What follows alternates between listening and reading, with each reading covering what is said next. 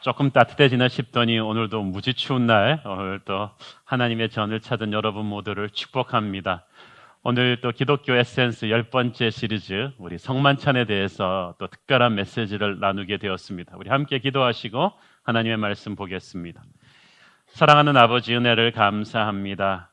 추운 몸을 추스리면서 하나님의 말씀을 듣고 은혜 받기를 사모하는 사랑하는 성도들, 오늘 마음을 열어주시고 성만찬에 담긴 예수님의 엄청난 사랑을 깨닫게 하여 주옵소서. 예수님의 이름으로 기도합니다. 아멘. 인류 역사상 최고의 그림들을 꼽으라고 할 때 항상 후보로 거론되는 걸작품이 하나 있는데 바로 레오나르도 다빈치가 그린 밀라노의 벽화 최후의 만찬입니다. 이 최후의 만찬을 보시면은, 이 그림을 보면 예수와 12제자 한 사람 한 사람의 표정이 아주 리얼하게 묘사되어 있습니다. 특별히 이 만찬 그림은 그리스도께서 배신자 유다를 지적하는 장면을 딱 캐치해서 그린 그림입니다. 충격받은 제자들의 모습과 체념하는 그리스도의 모습을 대조시킨 아주 걸작으로 인정되고 있는데, 바로 예수님 옆에 앉아있는 사랑하는 제자 요한의 모습을 또 이 사람이 남자가 아니라 여자라는 상상을 누가 해가지고 다빈치 코드라는 블록버스터 작품을 쓰기도 했을 정도로 자타가 공인하는 걸작이죠. 오늘 우리는 이 그림의 주제인 최후의 만찬 본문을 함께 살펴보고자 합니다. 주님의 십자가 죽음과 부활의 서막이기도 한 이 6월절 밤에 제자들과의 마지막 만찬에서 예수님은 인류의 영적인 운명이 담겨있는 엄청난 메시지를 주셨습니다. 이 최후의 만찬, 성만찬을 이해하기 위해서는 우리가 그 배경이 되는 6월절의 기원을 다시 한번 짚어보는 것이 중요합니다. 역사적으로 6월절은 하나님께서 애굽의 속박에서 이스라엘을 구원하신 때를 가리킵니다. 강팍한 마음으로 절대 이스라엘 백성을 놓아보내려 하지 않는 이집트의 바로 왕을 상대로 모세는 하나님의 능력으로 10가지 재앙을 내립니다. 그 마지막 재앙이 이집트의 장자들을 다 죽이는 재앙이었습니다. 이집트의 장자뿐 아니라 모든 집안의 장자들을 죽음의 천사가 지나가면서 죽였던 그날 밤에 이스라엘 백성들만 모세의 지시로 문설주 어린 양의 피를 발랐습니다. 이 어린 양의 피가 바른 집은 죽음의 천사가 그냥 지나쳐 주었죠. 그것이 바로 패스오버, 지나쳐 주었다는 뜻 6월절의 시작이었습니다. 이 7절에 나온 이 무교절이 6월절과 같은 개념이에요. 이때 누룩 없는 빵을 먹는 절기란 뜻입니다. 왜 누룩 없는 빵을 먹었냐 하면 이스라엘 백성들이 애굽에서 탈출할 때 너무 급해가지고 아직 발효도 되지 않은 떡반죽이 담긴 그릇을 통째로 옷에 싸서 나왔습니다. 그래서 매년 6월절을 지킬 때마다 그때 그 긴박했던 상황을 되새기며 6월절 그 이스라엘 백성들이 누룩 없는 빵을 먹습니다.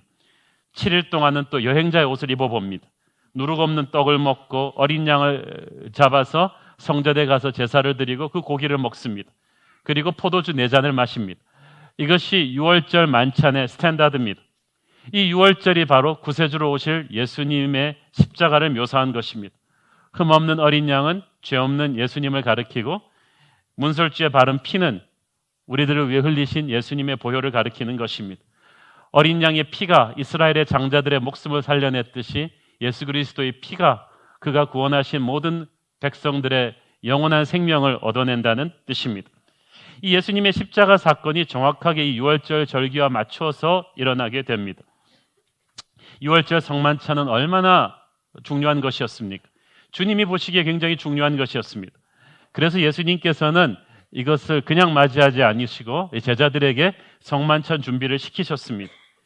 베드로와 요한을 미리 보내서 이 6월절 만찬을 준비할 장소를 준비하게 하셨습니다. 이것은 결코 쉬운 일이 아니었습니다. 이 예루살렘이 지금 명절 대목이거든요. 요즘으로 말하면 최고 인기 관광 명소의 추석 대목에 예약도 없이 큰 워크숍을 할 룸을 당장 구하겠다는 것과 똑같습니다. 이거는 뭐 불가능합니다, 인간적으로. 그래서 제자들이 기가 차서 어떻게 준비하면 좋겠습니까? 라고 여쭤본 거예요. 그랬더니 예수님께서 코치해 주셨어요. 이렇게 가면 성 안으로 물동이 메고 가는 사람을 만날 것이다. 이 헬라어 성경에는 정확하게 물동이 메고 가는 남자를 만날 것이다 라고 되어 있습니다. 이 말을 왜 우리가 문화적으로 이해하는 게 필요하냐면 그 당시 물동이는 여자가 맸지 남자가 매지 않았습니다. 에티켓 좋아서 와이프를 위해서 물동이 매주는 착한 남자는 그 당시 존재하지 않았어요. 그러니까 물동이 맨 남자는 굉장히 희귀종이기 때문에 찾기가 쉽다는 거예요. 그 남자를 따라가면 우리 12명이 넉넉히 앉을 수 있는 큰 다락방을 준비해 줄 것이다. 그랬더니 정말 거짓말처럼 주님 말씀대로 가니까 그런 세팅이 준비가 되어 있었습니다. 여러분, 세상 스케줄이 항상 바쁘고 복잡합니다. 6월절을 지킬 만한 이 영적인 쉼표를 찍을 만한 틈이 나질 않아요. 그러나 주님께서 아무리 바빠도 우리에게 원하시는 어떤 영적인 이벤트가 있어요. 사건이 있다는 거예요. 그거를 우리는 주님의 음성을 듣고 순종을 해야 합니다. 여러분이 아무리 바빠도 예수님이 기도하라고 부르시는 때가 있습니다. 예배드리라고 부르시는 때가 있어요. 부흥의 때로 부르시는 때가 있습니다. 그때 여러분이 아무리 복잡하고 힘들어도 예수님의 음성을 듣고 가야 합니다. 그러면 거기에 축복의 만찬이 준비되어 있는 것입니다. 이 제자들은 이 6월절 만찬을 통해서 평생 교회가 2000년 동안 잊지 못할 엄청난 그 의식을 배우게 되죠. 15절에 보니까 예수님께서 말씀하셨습니다. 15절 같이 읽겠습니다. 시작. 이르시되 내가 고난을 받기 전에 너희와 함께 이 6월절 먹기를 원하고 원하였노라. 영어 성경에 보니까 I have eagerly desired. 간절히 원했다고 되어 있습니다. 이 6월절 만찬은 너희와 먹기를 간절히 원했다. 매년 다가오는 이 6월절이 왜 이렇게 스페셜합니까? 왜 이렇게 예수님이 간절히 원해야 합니까? 왜냐하면 이 6월절 만찬이 바로 그 다음날 있을 예수님의 십자가 죽음과 연결되어 있기 때문입니다. 여기서 제자들을 누가복음에서는 사도라고 표현합니다.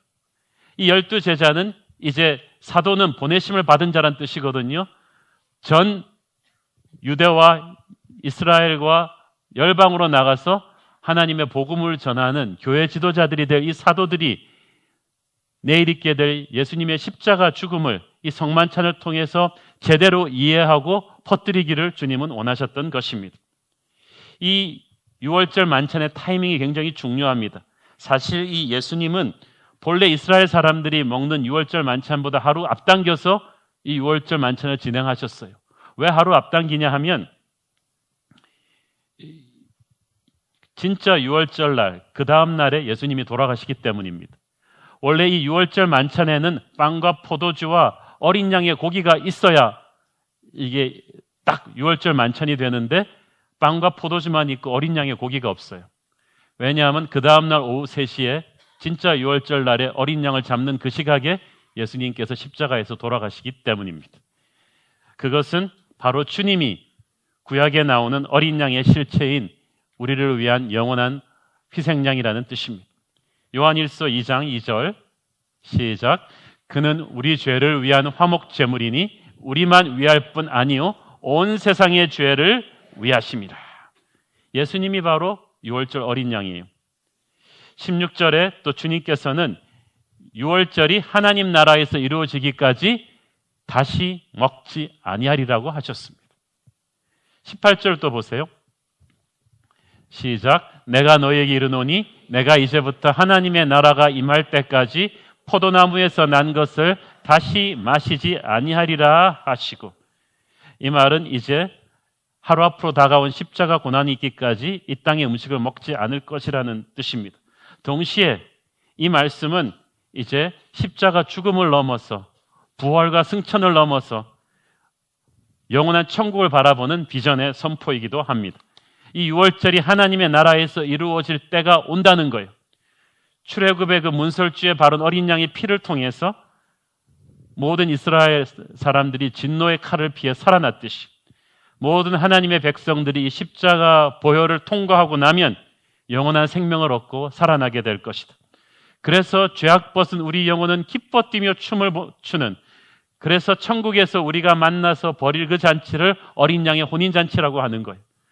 그 예수님의 십자가 죽음은 힘든 것이지만 그 죽음을 통해서 얻어질 수많은 구원받은 백성들이 이루어낼 그 천국의 그 모습을 예수님은 바라보고 계셨던 거예요. 그래서 이 성만찬은 천국을 미리 끌어당겨서 경험하는 것입니다. 성만찬은 주님의 십자가 죽음을 생각하는 숙연한 것이지만 주님을 동정하지는 마십시오. 왜냐하면 이 성만찬 십자가 죽음은 죄의 권세를 극복하는 하늘의 영광이거든요. 부활의 축제, 죄사함을 받고 용서를 받고 우리 모든 성도들이 용서받은 흰옷을 입고 축제를 벌일 그 천국을 우리는 바라보고 선포하는 것입니다. 그래서 이 땅을 살지만 우리는 결코 이 땅의 절망에 사로잡혀서 무너질 사람들이 아니라는 것을 우리는 선포하는 거예요. 그래서 주님 다시 오실 때까지 이 성만찬을 계속하는 거예요. 우리는 이 땅의 사람들이 아니라 죄악을 벗고 죄의 사슬을 끊고 천국 잔치에 참여할 성도들이다 라는 것을 이 성만찬을 하면서 우리는 계속 선포하는 것입니다. 이 성만찬의 또 하나의 묘미는 감사입니다. 17절을 보세요. 예수님께서 잔을 받으사 뭐 했다고 돼 있죠? 감사기도 하시고. 그리고 19절에서 또 보세요. 또 떡을 가져 어떻게 하셨죠? 감사기도 드리시고. 이 성만찬을 영어로 Eucharistic Sacrifice 혹은 유크리스트라고 부르기도 합니다. 이 말은 감사라는 뜻의 헬라어에서 왔습니다. 성만찬의 가장 위대한 신비 중에 하나는 감사입니다. 감사는 하나님이 주신 은혜를 은혜라고 선포하는 거예요. 그 은혜만큼 내 안에서 그 고백을 터뜨리는 거예요. 여러분, 적어도 사람이면 말이죠. 받은 것만큼 표현을 할 줄 알아야 돼요. 누가 펜 하나 빌려주면요. 아니 뭐 고맙다 이 정도지만 누가 여러분에게 1억짜리 고급 차를 하나 사줬다. 그런데 여러분 고마워 이러는 사람이 있어요. 막 끌어안고 그런데 또 어떤 사람이 아파트를 하나 사준 거예요. 그러면 여러분 고맙네 뭐 이러는 사람이 있어요. 정신병자가 아니고는 못 그러죠. 그냥 기뻐 뛰며 춤을 추면서 뽀뽀라도 해줘야지 그 사람. 그런데 어떤 사람이 여러분의 생명을 구해줬다. 저는 자기의 생명을 구해준 이 소방서 아저씨의 목을 끌어안고 엉엉 울면서 고맙다 하는 사람의 그 뉴스를 본 적이 있습니다. 우리가 성만찬을 앞에 놓고 우리가 다른 모든 것은 다 치우고라도 여러분을 위해 돌아가신 예수 그리스도의 사랑에 감사가 터지기를 바랍니다. 여러분 세상 살면서 나는 별로 감사할 것 없다 그러는 분들 많으시죠? 지금 좀 인생이 어렵고 고달프다고 해서 몸이 좀 아프고 돈이 좀 없고 자식이 좀 시험이 통과를 못하고 그래서 나는 감사할 거 없어. 하나님이 내게 해준 게 뭐 있어. 이러는 분들 오늘 생각을 바꿔 잡수시기 바랍니다. 시험은 떨어지면 다시 치면 되고요. 잘 살 수도 있고 못 살 수도 있지만 영원한 천국문 앞에 서서 여러분이 부러워하는 그 수많은 사람들이 다 탈락하는 다시 칠 수도 없는 천국문 앞에서 여러분은 통과하게 될 거예요. 예수 그리스도가 여러분을 위해서 돌아가셨기 때문이에요. 그래서 여러분 이 성만찬 앞에서 끝없는 감사의 눈물이 충만하기를 바랍니다. 이때 성만찬은 갑절의 축복이 되어 우리에게 임하는 것입니다. 성만찬의 또 하나의 신비는 공동체입니다. 17절을 보니까 주님께서는 잔을 들고 감사기도를 드린 뒤에 중요한 말씀을 하십니다. 잔을 받으사 17절 감사기도 하시고 이르시되 이것을 갖다가 어떻게 하라고요? 너희끼리 나누라. 그러니까 주님께서 구심점이 되시고 너희가 나누어야 된다.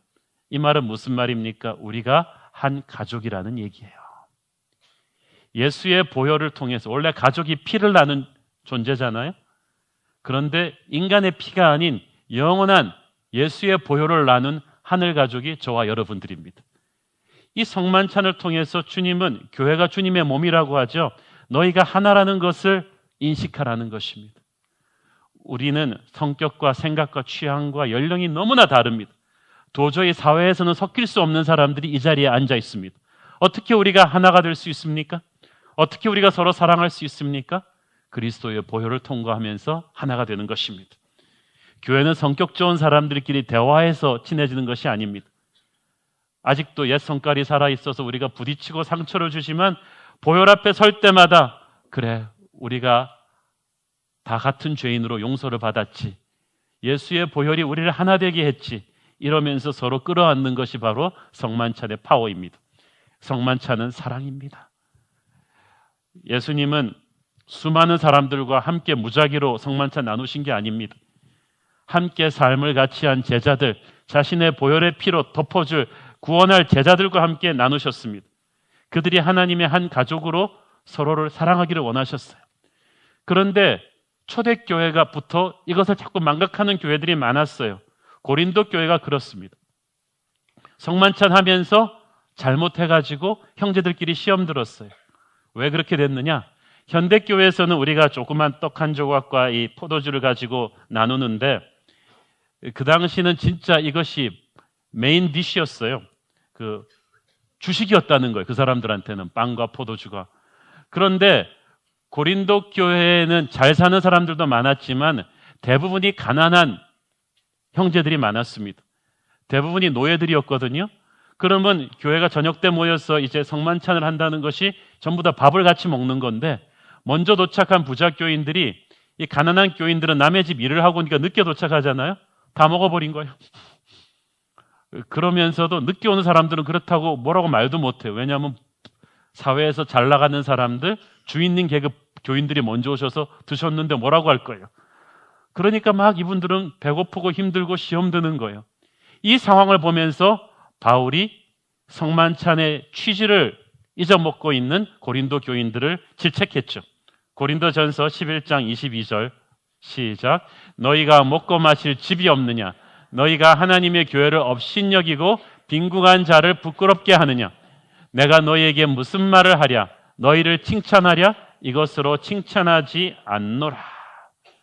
그렇게 성만찬을 하고 나서 이 사람들은 우리 오늘도 성만찬 했어라고 아주 자기 도취에 빠져 있었는데 성만찬을 해치워서 끝나는 게 아니라 네가 어떤 마음으로 성만찬을 했는가가 중요하다. 너희 중에서 교회가 주님의 몸인데 왜 이렇게 세상적이냐? 교회까지 와서 가진 자와 없는 자끼리 나눠서 교제할 것이냐? 세상에서 가난한 사람들을 교회에서도 그렇게 무시할 것이냐? 이것이 정말 주님이 원한 형제 사랑이란 말이냐?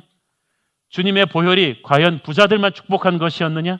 너희들은 왜 가난한 형제들을 품지 않느냐? 이 말이었죠.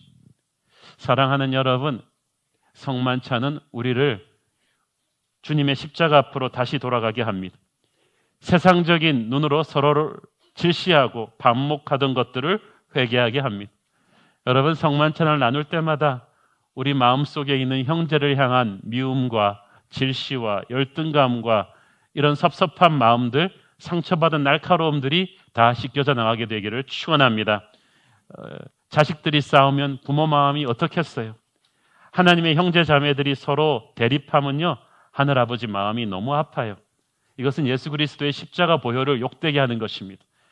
오늘 성만찬 시간이 용서의 시간이 되기를 바랍니다. 회복의 시간이 되기를 바랍니다. 서로 사랑하며 하나 되는 시간이 되기를 바랍니다. 우리가 그래서 오늘은 떡을 나누면서 Father make us one, 아버지여 우리는 하나 되었습니다. 이 찬양을 하고 싶습니다. 주님, 우리 모두가 하나 되는 축복을 주옵소서. 세상은 너무나 팔을 나눠서 싸웁니다. 그러나 교회만은 하나 되게 하여 주옵소서. 이 교회 안에서 우리 가정이 하나 되게 하시고 순이 하나 되게 하시고 사역팀들이 하나 되게 하여 주시고 교회가 하나 되게 하여 주옵소서. 이로 인해서 보수와 진보와 가진 자와 없는 자로 나누어 있는 우리나라가 하나 되게 하여 주시고 이로 인해서 이 민족이 열방이 하나 되게 하여 주시옵소서. 그것이 십자가의 보혈을 통과해서만 가능한 일인 줄 알게 하여 주옵소서. 이것이 성만찬 앞에 선 오늘 여러분의 기도이기를 바랍니다. 성만찬은 주님의 몸입니다. 19절에 예수께서 떡을 들어 제자들에게 주셨습니다. 이 떡은 사실 유대인들의 주식이었습니다. 그러니까 꼭 이 6월절 성만찬 때 먹지 않아도 자기들이 항상 먹을 수 있는 떡인데 굳이 주님께서 떼어주시면서 자신의 몸이라고 하셨습니다. 이것은 보리떡 5개와 물고기 2마리로 5,000명을 먹이신 그 오병이어의 기적과 깊은 연관이 있습니다. 그때 예수님께서 하신 말씀, 요한복음 6장 35절 보겠습니다. 시작. 예수께서 이르시되 나는 생명의 떡이니 내게 오는 자는 결코 줄이지 아니할 터이요 나를 믿는 자는 영원히 목마르지 아니하리라. 인간은 계속 배고픔을 느끼는 존재예요. 먹고 마시고 배부르다고 만족할 수가 없어요. 육체의 떡은 인간에게 끝없는 배고픔을 줍니다. 아무리 많이 벌고 아무리 높이 올라가고 아무리 많이 가져도 만족을 모르고 허무한 것이 사람입니다. 나는 아직도 배가 고프다. 이 말은 히딩크가 하는 말이 아니라 이거는 동서고금의 진리예요. 영적인 만족이 없으면 끊임없이 배고픈 것이 사람입니다. 그런데 예수님께서는 내가 생명의 떡이다. 나를 먹는 자는 영원히 줄이지 않을 것이다. 이 생명의 떡을 먹는다는 것은 십자가의 주님을 믿는다는 것입니다. 이제 떡을 떼어주시면서 예수님은 내일 십자가에서 찢기실 자신의 육체를 인류를 위해 드려질 자신의 생명을 말씀하고 계시는 것입니다. 나의 찢기는 살을 먹고 내가 흘린 보혈을 마셔라. 이 떡을 먹고 이 잔을 마시게 되면 모든 죽음이 사라질 것이다. 모든 죄와 절망과 좌절과 공포가 사라지게 될 것이다. 모든 악한 세력들이 너를 떠나게 될 것이다. 너에게 새로운 구원과 생명의 시작이 열릴 것이다. 받아 먹으라. 이것은 내가 너희를 위해 주는 내 몸이다. 자, 그런데 이 말이 이해하기가 쉽지 않아요. 어떻게 예수님을 먹을 수 있습니까? 식인종도 아닌데. 차라리 예수님을 섬기라, 순종하라, 이렇게 하면은 쉽겠는데 먹으라고 하니까 이 개념이 잘 이해가 되질 않죠. 그런데 이것을 잘 이해하는 게 중요합니다. 로마 가톨릭 교회에서는 이 사제가 성만찬을 집례할 때 이 떡과 포도주가 실제 예수의 살과 피로 변한다고 믿습니다. 이게 화채설이죠. 그래서 로마 가톨릭 교회에서는 성만찬은 반드시 사제가 집례해야 되고 포도주와 떡이 남는다. 결코 버려서는 안 됩니다. 떨어뜨려서도 안 됩니다. 그것은 다 사제가 먹고 마셔야 합니다. 그래서 옛날에 사제들이 이렇게 알코올 중독되는 분이 많았어요. 옛날에는 진짜 포도주를 썼거든요. 남은 거 다 마셔야 되니까. 그런데 실제로 빵과 포도주가 이 가톨릭이 말하는 것처럼 예수님의 살과 피로 변하는 건 아니죠.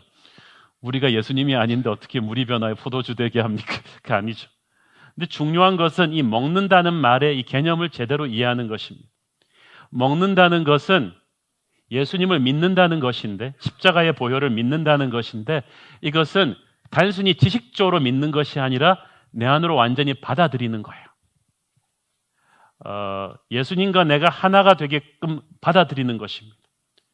자, 이 음식을, 이 스파게티가 맛있게 생겼다고 하는 사람과 스파게티를 먹어본 사람은 달라요. 먹는다는 것은 구경하는 게 아니라 내가 체험하는 거예요. 십자가는 구경하는 게 아니라 내가 체험하는 거예요. 저는 이 자리에서 은혜의 구경꾼이 한 명도 없게 되기를 바랍니다. 이 성만찬을 여러분 지금 구경하는 게 아니라 체험하는 거예요. 바라보고 예수의 사랑을 묵상하십시오가 아니라 먹는 거예요. 여러분이 무엇을 먹을 때 그것이 들어와서 내 몸의 일부가 되어버리잖아요. 여러분이 예수님을 믿을 때 그냥 지식적으로 1 더하기 1은 2일 거야 이렇게 믿는 게 아니라 예수님을 여러분 삶에 온 인격을 열어서 받아들이는 거예요. 그분이 내 안에 들어오시게 하는 거죠. 그래서 그분이 내 삶의 구석구석을 다스리게 하는 거죠. 그러므로 우리가 그의 살을 먹고 그의 피를 마신다고 할 때는 예수님의 보혈의 능력이, 예수님의 그 사랑이 내 안에 들어와서 내 인생을 주도하게끔 내 인생의 주도권을 내어드리는 거예요. 이게 믿음입니다. 믿는다고 했으면은 내 인생을 거는 거예요. 그분이 내 인생을 다스리시게 하는 것입니다. 많은 사람들이 형식적으로, 이성적으로 믿으니까 그게 진짜 믿음이 아니에요. 근데 진짜 믿음은 예수님을 먹는 거예요. 그분이 내 안에 들어오셔서 예수님의 생각이 내 생각이 되고 예수님의 마음이 내 마음이 되는 것입니다. 그래서 온 마음으로 내 마음을 열어서 예수님께서 내 삶 구석구석을 다스리게끔 주도권을 내어드리는 것. 이게 진짜 믿음이에요. 그래서 여러분, 이 칼빈은 성만찬을 보이는 말씀이라고 했거든요.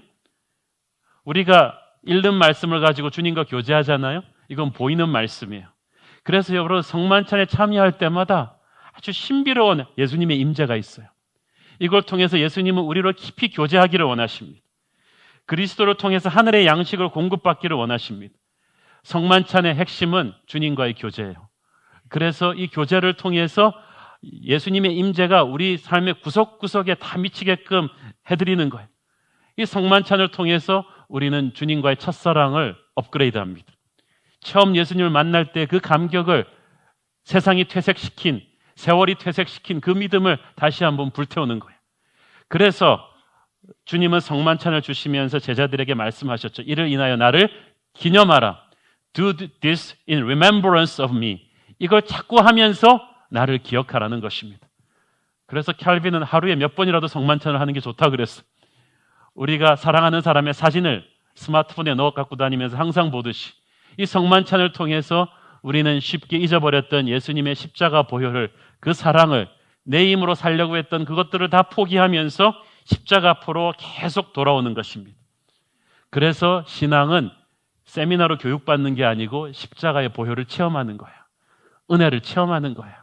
오늘 여러분 이성적인 가식적인 신앙이 부서지고 십자가의 보혈이 여러분을 안에 들어오는 그런 역사 있게 되기를 바랍니다. 예수님을 스터디하는 것이 아니고 예수님을 먹는 거예요. 그분이 내 안에 들어오시게 하는 거예요.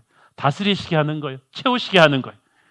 그래서 예수님의 생각이 내 생각이 되고 나의 손과 발이 예수님의 손과 발이 되어서 하나님이 하고 싶은 일을 하게 하는, 그래서 완전히 일심동체가 될 정도까지 친해지는 거예요. 어떤 존재와 아주 깊이 교제로 들어가면은요, 그 사람이 좋아하는 거 나도 좋아하게 되고 그 사람이 싫어하는 거 나도 싫어하게 되죠. 거기까지 들어가는 거예요. 주님의 잔도 마찬가지입니다. 20절에서 주님 말씀하십니다. 이 잔은 내 피로 세우는 새 언약이니 누구를 위하여 준다고요? 너희를 위하여 붓는 것이라. 십자가의 보혈은 예수님을 위한 것이 아니라 우리를 위한 것입니다. 이 세상 사람 다 자기를 위해 사는데 예수님만 100% 남을 위해서 자기의 생명을 주려고 오셨습니다. 이 십자가 보혈을 통과하는 사람은 새 언약을 받습니다. 구약의 옛 언약과 주님이 주시는 보혈의 새 언약은 차원이 다릅니다. 구약 시대 때는 죄를 지으면 하나님과 화목하기 위해서 이 짐승의 피의 희생을 통해서 하나님께 나아갈 수 있었는데, 죄를 너무나 각자 많이 짓다 보니까 그 수많은 사람의 죄를 다 갚으려면 지구상에 있는 동물을 다 잡아 죽여야 돼요. 그래서 예수님께서 단 한 번의 죽음으로 하나님의 아들의 핏값으로 그 모든 희생제물의 핏값을 대신하신 것입니다. 그래서 구약의 유월절이 이제 신약의 성만찬으로 바꾸어지게 되는 거예요. 모든 인류를 커버하기에, 인류의 죄를 커버하기에 합당한 그런 보혈이 주어진 것입니다. 옛 언약은 모세의 돌비에 새긴 율법이었습니다. 근데 새 언약은 우리의 가슴에 새겨진 성령의 인치심입니다. 옛 언약은 율법을 행해야 구원을 받아요. 그렇지만 새 언약은 믿음으로 구원받습니다. 옛 언약은 하나님과 이스라엘 백성만 커버하는 거예요. 그렇지만 새 언약은 온 백성과 족속 방언을 커버하는 것입니다. 그 가치나 파급 효과에 있어서 상대가 되질 않죠. 저는 저와 여러분이 이 새 언약의 수혜자들임을 믿습니다. 주님의 보혈, 이 새 언약의 피를 그냥 믿으라고 하지 않고 마시라고 하십니다. 바라보라고 하지 않고 흡수해 드리라고 하십니다. 십자가의 보혈은 여러분이 바라보는 게 아니라 마시는 것입니다. 누리는 것입니다. 구경하는 것이 아니라 체험하는 것입니다. 여러분이 십자가의 보혈을 여러분의 인생 안으로 흘려보내 드릴 때 여러분의 인간적인 방법으로 해결할 수 없었던 것들이 해결되기 시작하는 것을 체험하게 될 것입니다. 예수님의 보혈과 능력이 들어올 때 인간적으로 아무리 대화하고 설득해도 안 됐던 이 껄끄러운 인간관계들이 신비하게 하나가 되기 시작할 거예요. 그래서 하나된 교회는 성격 좋은 사람들이 모인 교회가 아니라 보혈의 은혜가 충만한 교회예요. 그러니까 보통 교회에서는 큰 삿대질하고 싸움 벌어질 수도 있는 사건이 보혈의 은혜가 충만하니까 서로 다 커버해줘요. 실수를 안 해서 서로 사랑하는 게 아니라 사랑의 품이 넓은 거예요. 그래서 문제가 문제화되질 않아요. 저는 여러분이 문제를 문제화시키지 않는 분들 되기를 바랍니다. 이 보혈을 초대해 드렸기 때문에 그래요. 이 주님의 보혈을 마실 때 여러분 안에 있는 우울증과 불면증과 폭력과 음란과 미움과 시기와 열등과 교만감 같은 모든 옛사람의 잔재들이 그 영의 독들이 씻겨나가게 되는 것을 체험하게 될 것입니다. 여러분을 누르고 있던 어둠의 권세가 제일 무서워하는 게 보혈의 능력이에요. 주의 보혈 능력 있도다. 주의 피 믿으오. 그래서 여러분 인생에 정말 꼬여버리고 힘든 상황이 생기면 여러분은 움직이기를 스톱하시고 예수님의 보혈을 초대해 드리십시오. 자녀가 너무 말을 안 듣는다, 완전히 속을 뒤집어 놓고 대화가 안 된다 할 때 여러분의 그 똑똑한 엘리트 부모의 멘탈리티로 애를 쥐어짤 생각을 하지 말고 주님의 보혈을 이 아이를 위해 덮어주십시오라는 기도를 여러분 하셔야 돼요. 포기가 돼야 보혈이 들어와요. 여러분의 비즈니스도 마찬가지예요. 여러분이 똑똑한 사업 수단으로 아무리 해도 안 되는 이 비즈니스에 여러분의 욕심을 내려놓고 주님의 보혈이 흘러들어와 주십시오. 이런 거예요. 여러분의 병고침을 위해서도 기도하십시오. 초대교회에서 그리고 지난 2000년 동안에 얼마나 많은 사람들이 순전한 믿음으로 성만찬 가운데 병이 나음을 받았는지 몰라요. 오늘도 나을 사람들이 있어요. 지금 90년대부터 인도네시아에서는 기독교 역사상 참 유례를 찾아볼 수 없는 엄청난 부흥이 일어나고 있습니다. 세계에서 기독교인 증가율이 지금 인도네시아가 제일 빠릅니다. 순식간에 20%가 되어버렸어요, 인구에. 그리고 수많은 모슬람들이 주님께 돌아오고 있는데, 모슬람들이 그렇게 많이 예수님께로 돌아오게 된 이 결정적인 계기 중에 하나가 각 교회 성만찬 예배 때 그렇게 기적이 많이 나타났대요. 인도네시아가 굉장히 폭력과 음란과 이런 사건이 많거든요. 사람들이 정신병이 낫고 육체의 병이 낫는 기적들을 하나님이 보여주신 거예요. 무슬람들이 엄청나게 많이 그냥 집단으로 개종해버렸어요. 지금 그래서 세계 회교 이슬람 본부들이 이걸 막고자 인도네시아에 엄청난 오일머니를 부어 넣어가지고 기독교의 확산을 막는 이슬람 학교들을 막 세우고 있는데 막지 못할 거예요. 하나님이 하시는 일인데 이 성만찬에 나타나는 이런 기적이죠. 저는 그래서 여러분이 성만찬을 단순한 예식으로 생각하지 않았으면 좋겠습니다.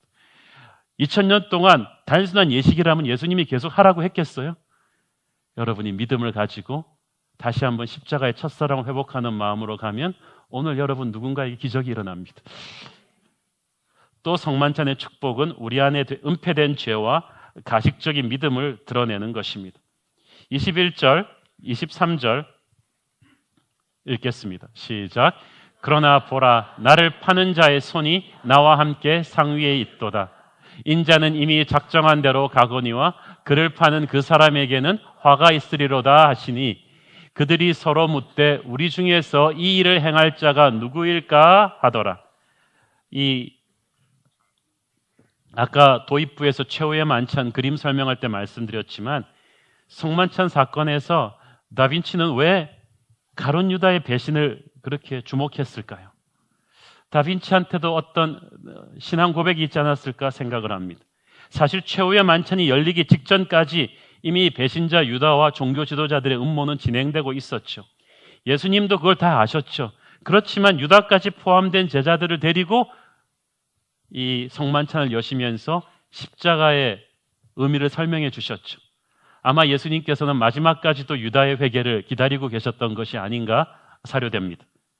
마태복음과 마가복음에서는 예수님께서 가룟 유다와 관련된 말씀을 성만찬 이전에 하신 것으로 기록합니다.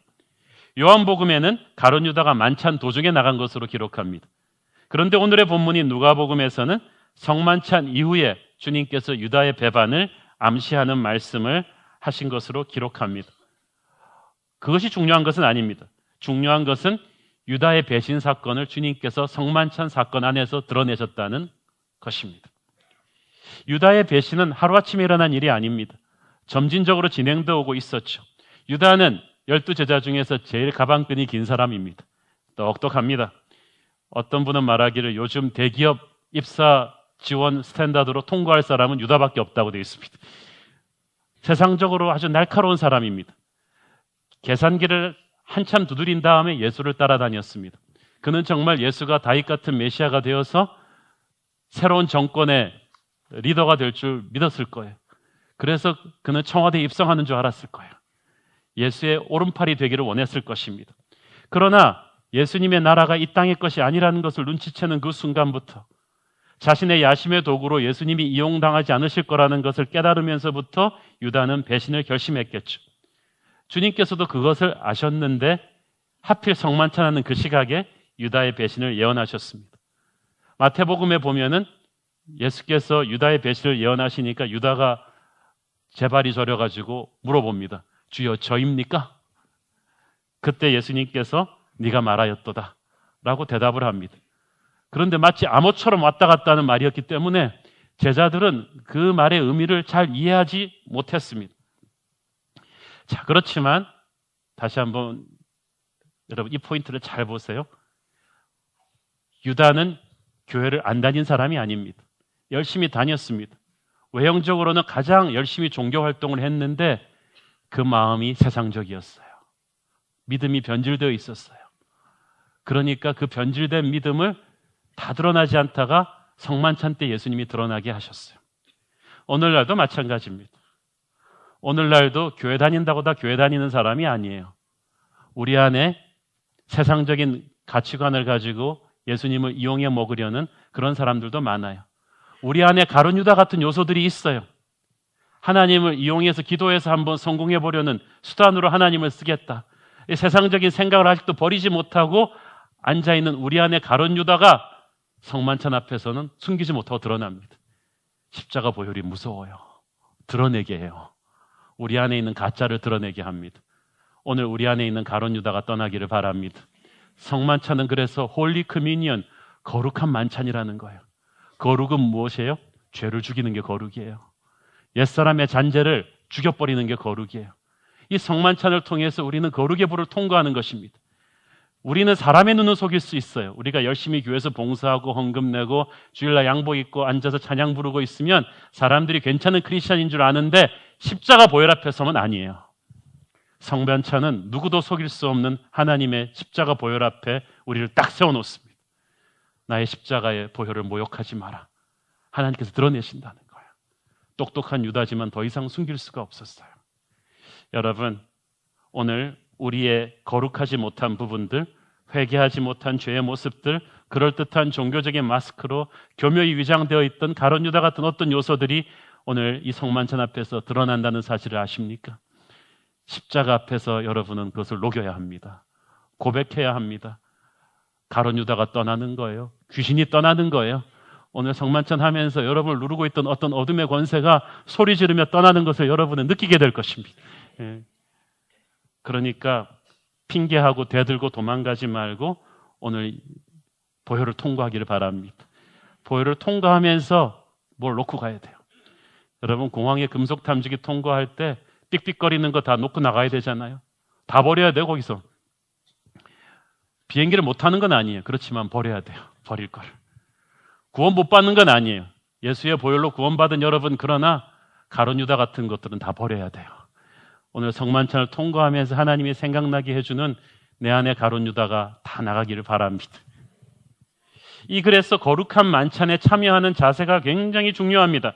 고린도전서 11장 27절 29절 함께 읽습니다. 시작. 그러므로 누구든지 주의 떡이나 잔을 합당하지 않게 먹고 마시는 자는 주의 몸과 피에 대하여 죄를 짓는 것이니라. 사람이 자기를 살피고 그 후에야 이 떡을 먹고 이 잔을 마실지니 주의 몸을 분별하지 못하고 먹고 마시는 자는 자기의 죄를 먹고 마시는 것이니라. 이 말 끝의 말에는요, 조금 더 읽으면 그렇게 먹고 마시다가 조용히 잠들어 버린 자도 있다고 표현합니다. 완곡하게 표현됐지만 죽었다는 뜻이에요. 하나님이 죽였어요. 성만찬을 잘못된 마음가짐으로 임해서 십자가를 모독한 자들을 그때는 죽였어요. 요새 하나님이 많이 봐주셔가지고 우리가 다 살아있죠. 이 성만찬은 함부로 하는 게 아니에요. 주의 떡이나 잔을 합당하지 않게 먹고 마신다는 말은 무슨 말입니까? 십자가의 의미를 제대로 알지 못한 채 올바른 믿음 없이 남들 하니까 따라 먹고 마시는 것이 합당치 못하게 먹고 마시는 것입니다. 그러니까 여러분이 예수의 보혈의 피로 자신이 거듭났다는 그 확신이 없이, 믿음이 없이 그냥 남들이 하는데 나도 안 하면 안 될 것 같이 하면 안 된다는 거예요.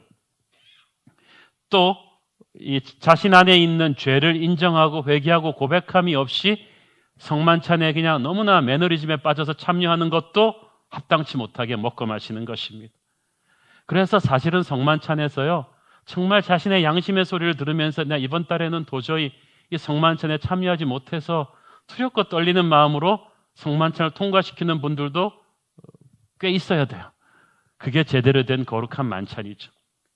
또 한 가지, 아까도 말씀드렸듯이 형제를 업신여기거나 형제를 미워하고 용서하지 못한 마음으로 성만찬에 참여하거나 주님의 몸인 교회를 분열시키고 덕을 세우지 못하고 어지럽히면서 성만찬에 참여하거나 이 모든 것들이 주님의 십자가 보혈을 모독하는 것입니다. 주님께서는 이 죄를 결코 가볍게 넘기지 않으세요. 그래서 먼저 자기를 살피라는 말을 하지 않나요? Examine yourself라는 말은 정말 깊은 자기 성찰을 하라는 거예요. 여러분, 그래서 성만찬이 있는 매달 마지막 주일은요, 여러분이 정말 십자가의 보혈을 통해서 여러분의 삶을 계속 묵상해야 됩니다. 깊은 자기 성찰과 반성과 회개가 있어서 내 안에 꿈틀거리고 있는 죄성을 주님 앞에 다 고백하고 내어놓는 그게 필요한 거예요. 한국교회가 이것만 제대로 했었어도 우리가 사회로부터 이런 지탄을 받지 않을 거예요. 그런데 신앙이 너무 경박해져 버렸어요. 진실한 회개가 없어요. 자기 성찰과 반성이 없는 거예요. 주님의 십자가 보혈을 너무나 당연시 생각해요. 함부로 죄를 짓고 하나님이 다 용서해 주실 거라고 말하고 은혜를 모욕하는 그런 말을 합니다. 주의 몸을 분별하지 못하고 그렇게 하게 될, 주의 몸을 분별하지 못한다는 말이 무슨 말입니까? 이 성만찬에 주님을 십자가 보혈임을 인식하지 못한 채 하나님이 그 어떤 대가를 치르고 아들을 죽였는지를 심각하게 생각하지 못한 채 나를 향한 그분의 그 눈물겨운 사랑과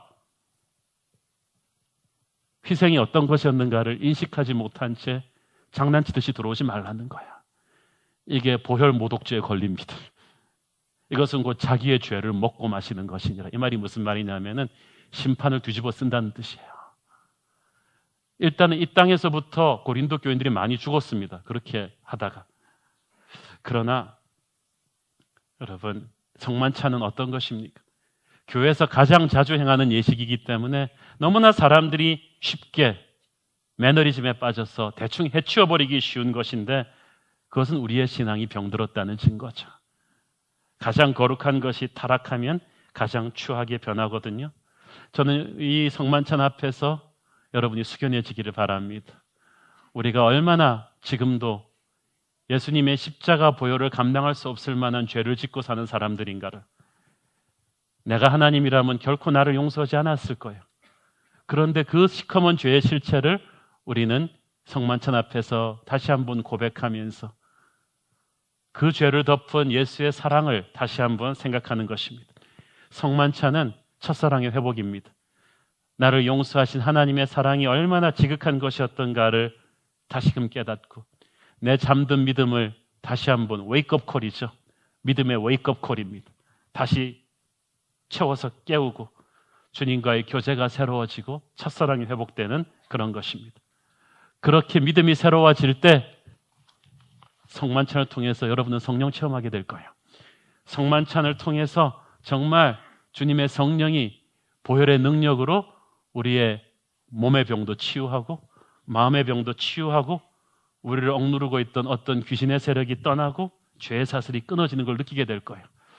계속 무기력함을 느꼈는데 세상을 이길 수 있는 어떤 영적인 능력이 오늘 흘러 들어오는 것을 오늘 여러분이 느끼게 될 것입니다. 1부 예배 때도 그랬지만 오늘 2부 예배 성만찬 때도 저는 오늘 어떤 기적이 여러분에게 일어날 줄로 믿습니다. 이 성만찬을 통해서 나는 여러분을 누르고 있던 어떤 영적인 어둠이 가룟 유다 같은 어떤 가식적인 신앙이 오늘 떠나게 되기를 바랍니다. 내 안에 어떤 더러움이 죽는 거예요. 그리고 형제를 미워하는 마음이 죽어버리고 하나님을 향한 사랑이 더욱 뜨겁게 깊어지는 그런 성만찬이 되기를 축원합니다. 기도하겠습니다. 사랑하는 아버지, 우리가 함부로 다루었던 이 성만찬 안에 나를 향한 하나님의 가없는 사랑이 있었습니다. 우리가 한 형제임을 확인하는 형제 사랑이 있었습니다. 내 안에 거짓된 가룟 유다를 쫓아내는 거룩이 있었습니다.